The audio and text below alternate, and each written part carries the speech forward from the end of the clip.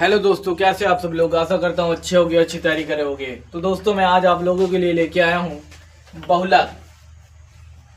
दोस्तों मैंने माध्य और माध्यिका बता दिया, जाके देख लेना।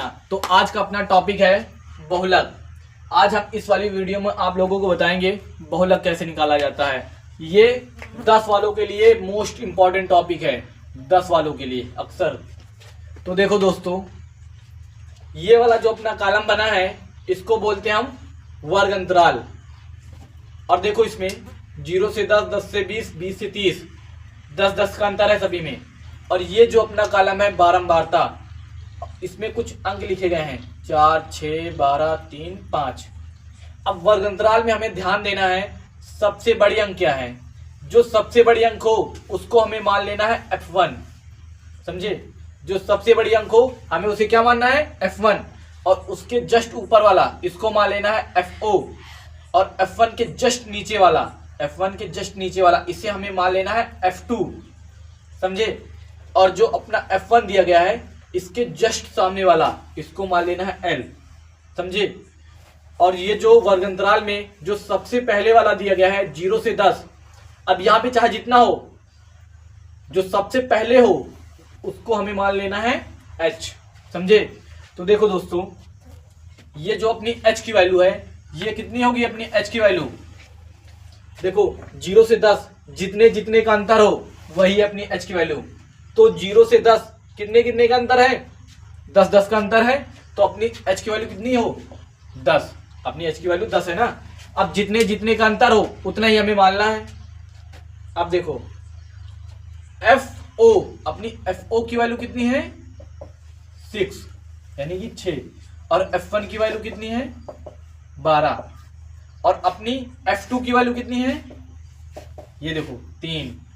और L की वैल्यू अपनी कितनी है, देखो ये L के जो सबसे पहले वाला अंक लिखा हो यानी कि इधर वाला वही होता है L की वैल्यू 20, है ना।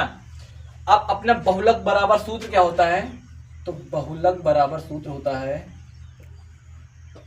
बराबर सूत्र क्या होता है L प्लस ब्रैकेट में लिख लो F1 और माइनस FO और बटे 2 इंटू F1 और माइनस FO और माइनस F2 और ब्रैकेट 1 इंटू H। ये है अपना बहुलक का सूत्र। अब देखो दोस्तों, अब आगे क्या होगा, अब आगे L की वैल्यू रखनी है। ये जो सूत्र लिखा गया है इन पे सभी मान रख दो। तो अपनी L की वैल्यू कितनी है, ये है 20। और प्लस अपनी F1 की वैल्यू कितनी है, ये है F1 की वैल्यू है 12, है ना। अब देखो माइनस FO की वैल्यू कितनी है 6 और बटे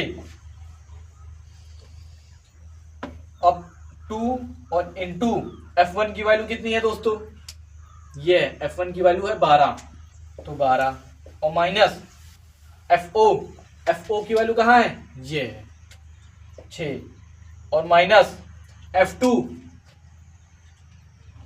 की वैल्यू कितनी है, ये है F2 की वैल्यू है 3, ब्रैकेट बंद।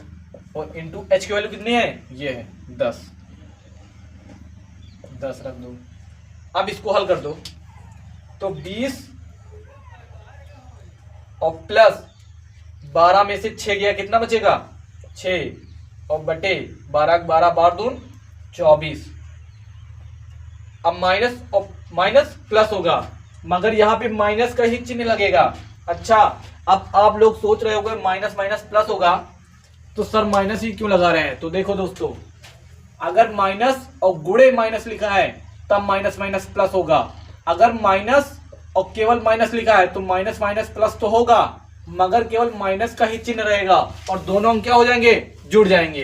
देखो तो माइनस माइनस प्लस, लेकिन माइनस का ही चिन्ह रहेगा।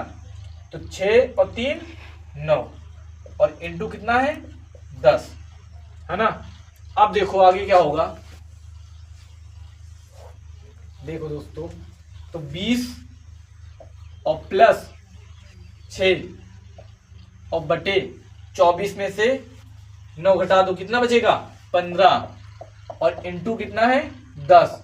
अब इसको काट दो, 5 दूनी 10 और 5 3 15। अब ये भी कट जाएगा, देखो कितना लिखा है 20 और प्लस 6 और इंटू 2 और पूरे 1/3। देखो दोस्तों 20 और प्लस गुणा कर दो, 6 दूनी 12 और बटे कितना है 3। अब देखो इसका भाग कर दो, 3 एक कम 3 और 3 चौक 12, तो 20 और प्लस कितना है 4। अब इसको जोड़ दो, कितना होगा 20 4 24, 20 4 24। तो अपनी बहुलक की वैल्यू कितनी आ गई, तो अपना बहुलक बराबर आ गया 24। यही है दोस्तों अपना उत्तर, समझे। तो दोस्तों आशा करता हूँ आप लोगों को वीडियो अच्छी लगी होगी। अगर वीडियो अच्छी लगी हो तो चैनल को सब्सक्राइब कर दीजिए और इसको स्क्रीनशॉट ले लीजिए और दोस्तों के पास शेयर भी कर दीजिए।